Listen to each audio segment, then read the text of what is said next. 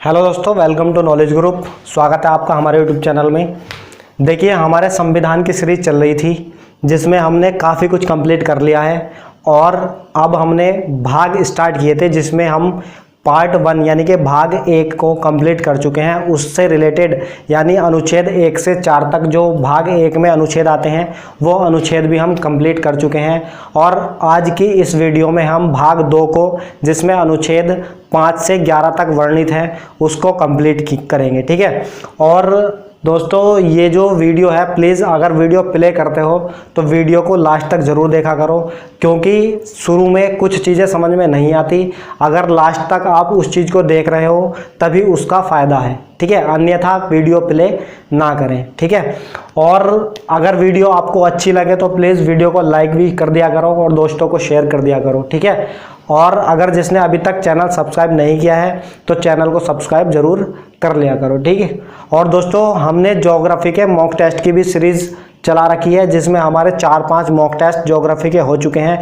और वो ज्योग्राफी के मॉक टेस्ट तो हैं ही, साथ में वो एक तरीके से यानी हम कोर्स के वे में ही उसको कंप्लीट कर रहे हैं। यानी जिस तरीके से हमारा ज्योग्राफी का सिलेबस है तो उसी तरीके से हम क्वेश्चनों को सॉल्व कर रहे हैं, उसके चैप्टर वाइज या टॉपिक वाइज। ठीक है। तो उसमें हमारा टॉपिक भी क्लियर होता है और एक तरीके से हमारा टेस्ट भी हो जाता है। ठीक, पूरी की पूरी डिटेल के साथ हम वो मॉक टेस्ट करते हैं। प्लेलिस्ट में जाकर के आप ज्योग्राफी मॉक टेस्ट का एक प्लेलिस्ट है, उसमें जाकर के आप मॉक टेस्ट भी देख सकते हैं। ठीक है। चलो आते हैं आज के इस टॉपिक पर। और आज का टॉपिक होने वाला है भाग 2। और इस भाग 2 में जो अनुच्छेद आते हैं तो अनुच्छेद 5 से 11 तक जो अनुच्छेदों का वर्णन मिलता है वो भाग 2 में मिलता है। और ये भाग किससे संबंधित है तो ये भाग सिटीजनशिप से संबंधित है, यानी नागरिकता से संबंधित है।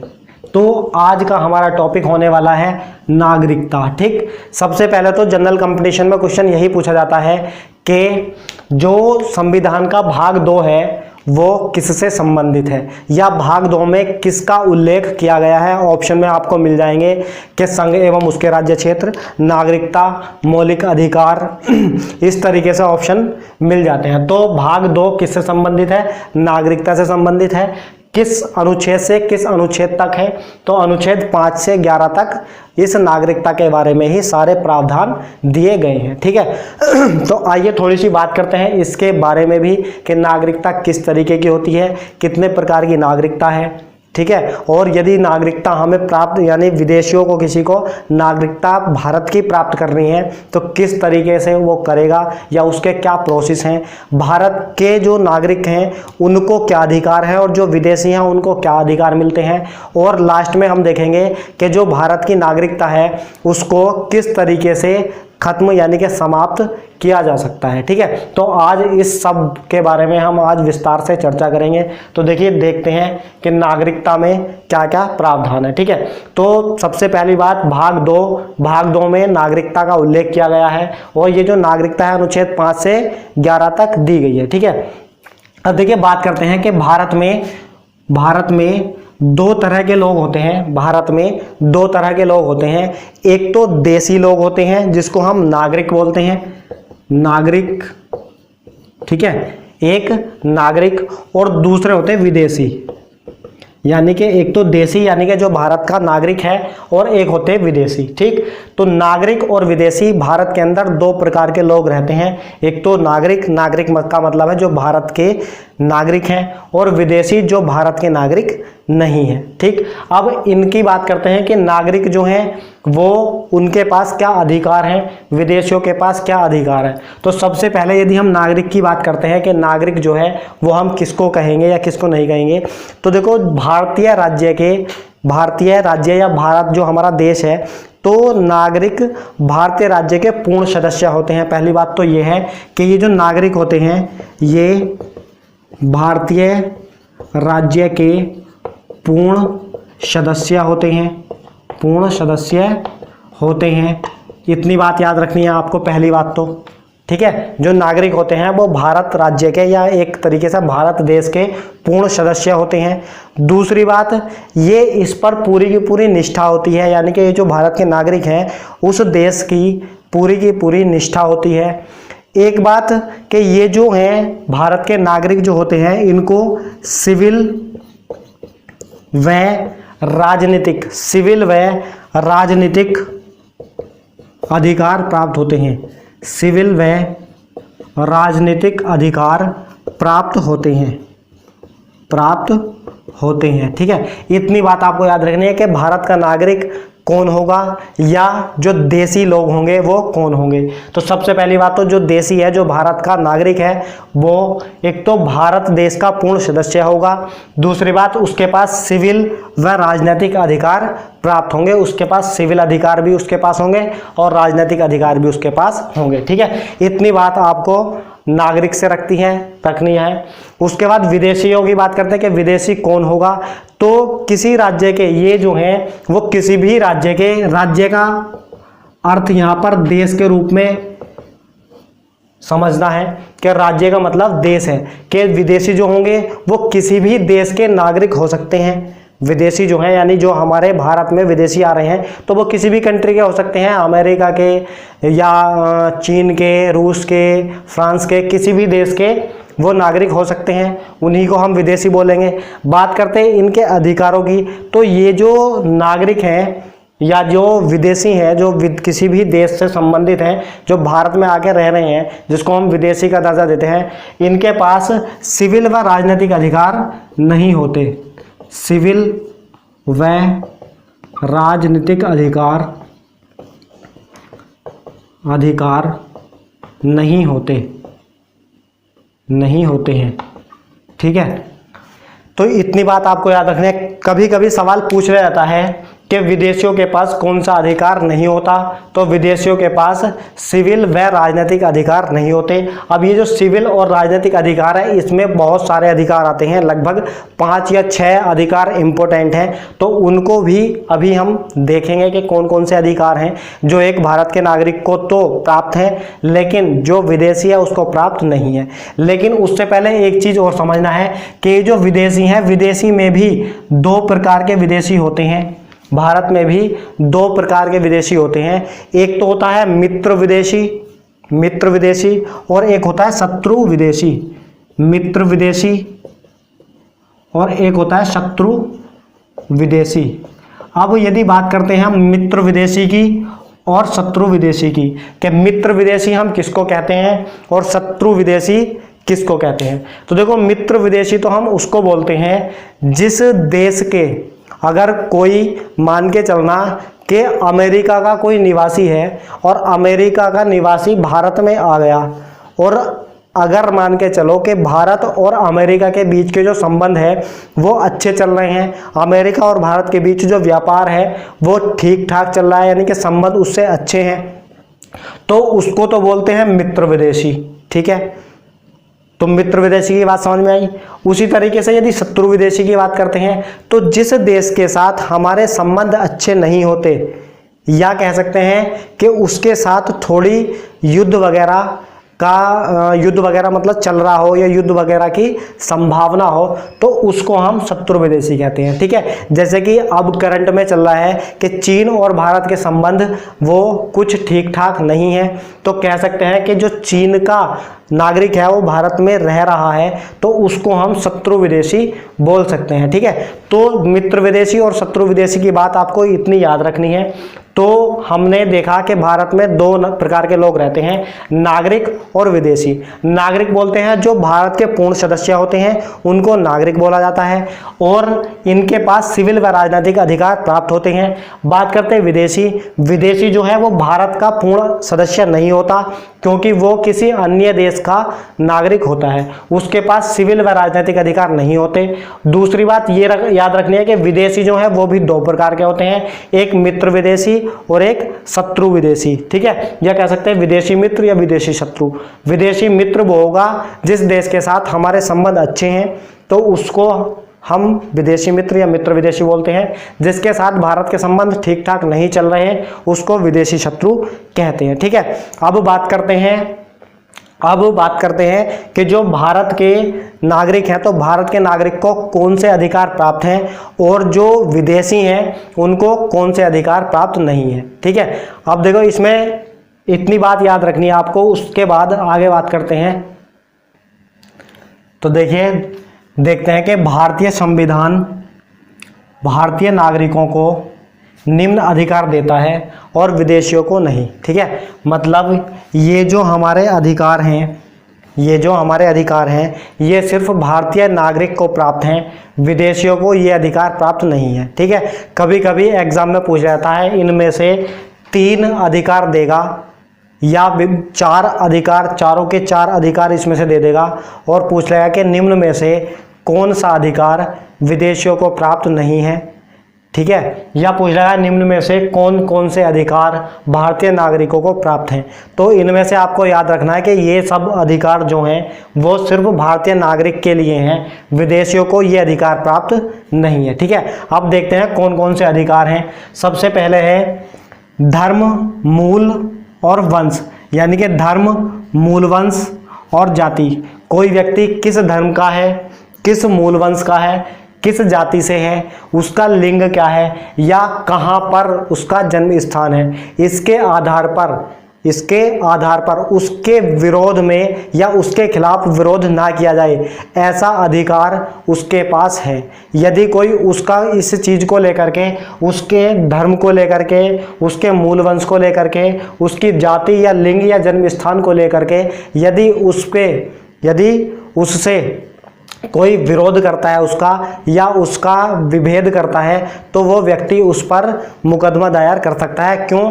क्योंकि उसका ये अधिकार है, उसको कोई भी विरोध उसका नहीं कर सकता। ठीक है, क्योंकि उसका फिर ये अधिकारों का हनन माना जाएगा। तो ऐसा अनुच्छेद 15 में कहा गया है। ठीक है, ये हमारे अधिकार हैं या मूल अधिकार हैं, और ये अधिकार सिर्फ भारत के नागरिक को प्राप्त हैं, विदेशियों को प्राप्त नहीं है। ठीक, दूसरा बात करते हैं कि लोक नियोजन के विषय में समता का अधिकार, समता या कह सकते हैं समानता का अधिकार, सभी को लोक नियोजन के विषय में या लोक कल्याण में, जैसे कि लोक नियोजन या लोक कल्याण मानते हैं, जैसे कि एक तरीके से पुलिस प्रशासन है। अगर कोई व्यक्ति पुलिस प्रशासन में जाता है या कहीं किसी पुलिस वाले से कोई मदद मांगता है या एफआईआर लिखता है, तो उसमें पुलिस को जो होना चाहिए वो ये होना चाहिए कि एक व्यक्ति की, अगर कोई व्यक्ति एक गरीब है या एक अमीर है, तो उनके बीच में उसको समानता दिखानी चाहिए, किसी का पक्षपात ना करते हुए। ठीक है, या फिर किसी जाति को लेकर के, यानी कि जातिवाद उसमें ना रख के उनके बीच में एक समानता बनाए रखना है, दोनों को निष्पक्ष न्याय करना है। ठीक है, तो इस तरीके के समानता का अधिकार है वो अनुच्छेद 16 में दिया गया है। उसके बाद बात करते हैं वाक स्वतंत्र है, यानी कि हमारे पास बोलने का अधिकार है, यानी कि हम बोलने के लिए स्वतंत्र हैं, हम कुछ भी बोल सकते हैं, लेकिन सिर्फ एक दायरे में, उसकी बोलने की भी एक लिमिट है, उसमें रह के। ठीक है, और अभिव्यक्ति की स्वतंत्रता, सम्मेलन की स्वतंत्रता, आप कहीं पर भी कुछ लोग इकट्ठा करके सम्मेलन कर सकते हो, लेकिन वो जो सम्मेलन होगा अहिंसात्मक या अहिंसावादी सम्मेलन होना चाहिए, वहाँ पर हिंसा प्रवृत्ति का कोई काम ना किया जाए। तो आप सम्मेलन कर सकते हो, उसके लिए आपको कहीं परमिशन लेने की कोई ज़रूरत नहीं है, क्योंकि ये आपका अधिकार है। फिर निवास की स्वतंत्रता, तो आप ऑल इंडिया यानी कि पूरे भारत में कहीं पर भी जाकर के निवास कर सकते हो। ठीक है, कहीं पर भी निवास करने की स्वतंत्रता हमें भारतीय संविधान देता है। फिर है व्यवसाय की स्वतंत्रता, आप कहीं पर भी व्यवसाय यानी कि बिजनेस अपना कर सकते हो। ये सब अनुच्छेद 19 में कहा गया है। ठीक है, और ये सब अधिकार सिर्फ भारत के नागरिकों को हैं, भारतीय नागरिकों को हैं। ठीक है, विदेशियों को नहीं है, इतनी बात आपको याद रखनी है। फिर है संस्कृति व शिक्षा संबंधी अधिकार, जो हमारी कल्चर है, जो हमारी एजुकेशन है, उसके लिए जो अधिकार है वो अनुच्छेद 29 और 30 में दिए गए हैं। ये भी भारतीय नागरिकों के लिए है, विदेशियों के लिए नहीं है। फिर है संसद व लोकसभा व राज्य विधानसभा लोकसभा व राज्य विधानसभा चुनावों में मतदान करने की स्वतंत्रता। लोकसभा में और राज्य विधानसभा में जो वोटिंग होगी तो उसको सिर्फ भारतीय नागरिक ही करेगा, यानी कि मतदान भारतीय नागरिक कर सकता है, विदेशी नहीं कर सकता। फिर है संसद व विधानमंडल की सदस्यता के लिए, यदि संसद की सदस्यता पानी हो उसके लिए चुनाव लड़ना है, या फिर विधानमंडल की सदस्यता लड़नी है उसके लिए चुनाव लड़ना है, तो उसका अधिकार भी भारतीय नागरिकों के पास है, विदेशियों के पास नहीं है। फिर है सार्वजनिक पदों की योग्यता रखने का अधिकार। सार्वजनिक पद है कि जैसे कि राष्ट्रपति है, उपराष्ट्रपति है, हाई कोर्ट और सुप्रीम कोर्ट के मुख्य न्यायाधीश हैं, किसी भी राज्य का राज्यपाल है, महान्यायवादी है, महाधिवक्ता है, ये सारे के सारे जो सार्वजनिक पद हैं इनकी योग्यता रखने का अधिकार भी सिर्फ एक भारतीय नागरिक को है, विदेशियों को नहीं है। ठीक है, अब देखो ये इतने अधिकार दिए हुए हैं, तो साथ में भारतीय संविधान में ये भी कहा गया है कि ये सब अधिकारों के साथ साथ आपको या भारत के नागरिक को संविधान के प्रति कुछ कर्तव्यों का भी निर्वहन करना होता है, यानी कि कुछ कर्तव्यों का भी पालन करना होता है। भारत के नागरिक के लिए कुछ कर्तव्य भी हैं। ठीक है, अधिकार आपको जब मिले हुए हैं तो आपका भी कुछ कर्तव्य बनता है कि आप भी उसके लिए कुछ करें। ठीक है, जैसे कि कुछ जो कर्तव्य हैं वो ये है कि जैसे हमारा झंडा है तो झंडे का यानी कि राष्ट्रध्वज का सम्मान करना चाहिए, राष्ट्रगान का सम्मान करना चाहिए। जो हमारे टैक्स हैं, टैक्सेस लगते हैं, तो जिस व्यक्ति पर टैक्स है तो टैक्स को का भुगतान करना चाहिए। ठीक है, और इस तरीके के काफ़ी सारे कर्तव्य हैं, उन कर्तव्यों का निर्वहन भारत के नागरिक को करना चाहिए। ठीक है, तो इतनी बात आपको याद रखनी है।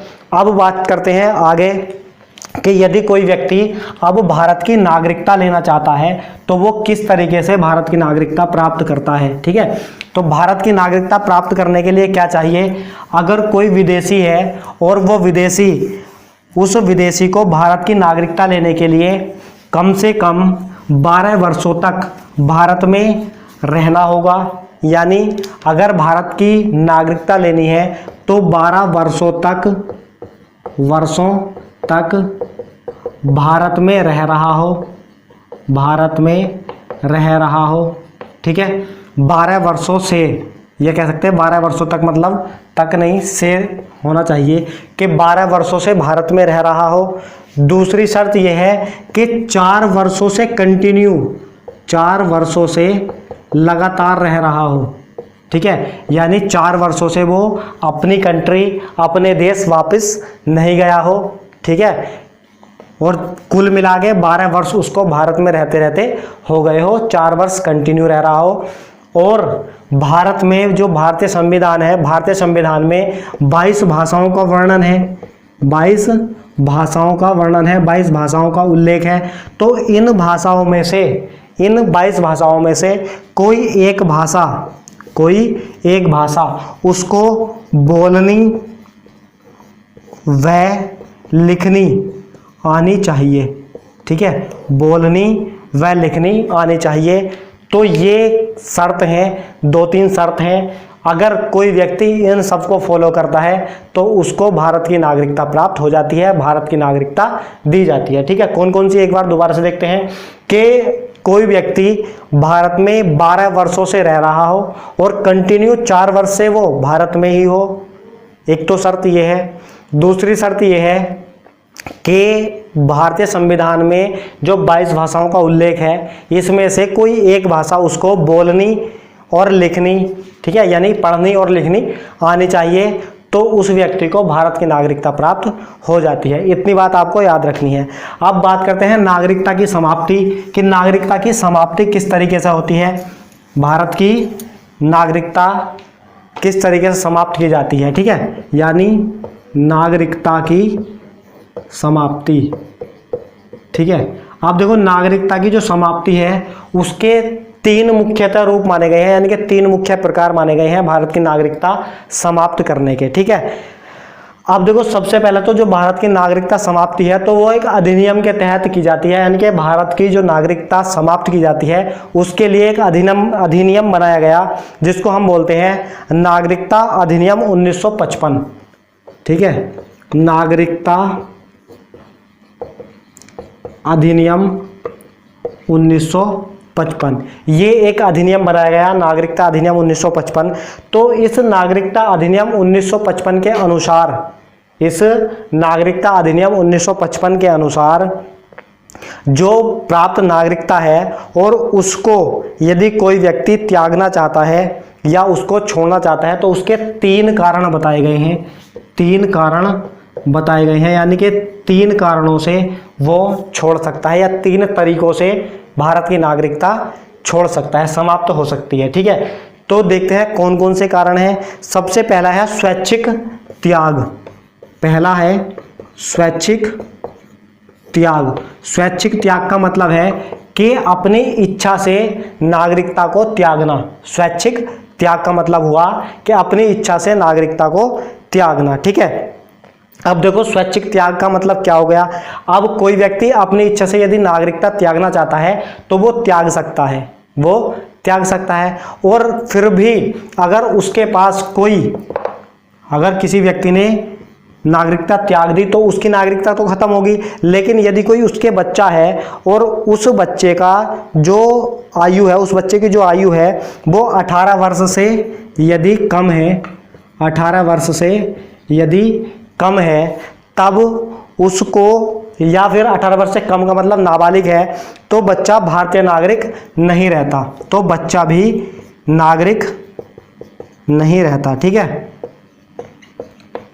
ठीक। तो स्वैच्छिक त्याग से क्या समझे, स्वैच्छिक त्याग में ये है, अगर कोई व्यक्ति है और वो अपनी इच्छा से नागरिकता त्याग रहा है और उसके जो बच्चा है वो 18 वर्ष से कम है यानी नाबालिग है, तो वो भी भारत का नागरिक नहीं रहेगा। ठीक है, इसको बोलते हैं हम स्वैच्छिक त्याग। इसके बाद बात करते हैं बर्खास्तगी द्वारा, यानी कि यदि बर्खास्त कर दिया जाए, नागरिकता किसी की बर्खास्त कर दी जाए। ठीक है, बर्खास्तगी द्वारा।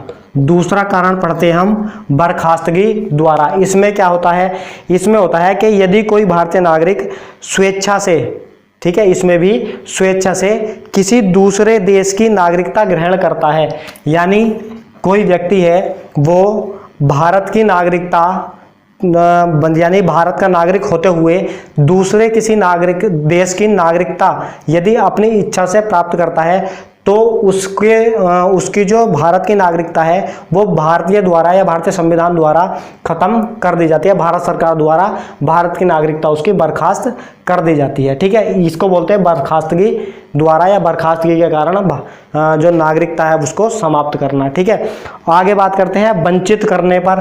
तीसरा कारण होता है वंचित करने पर।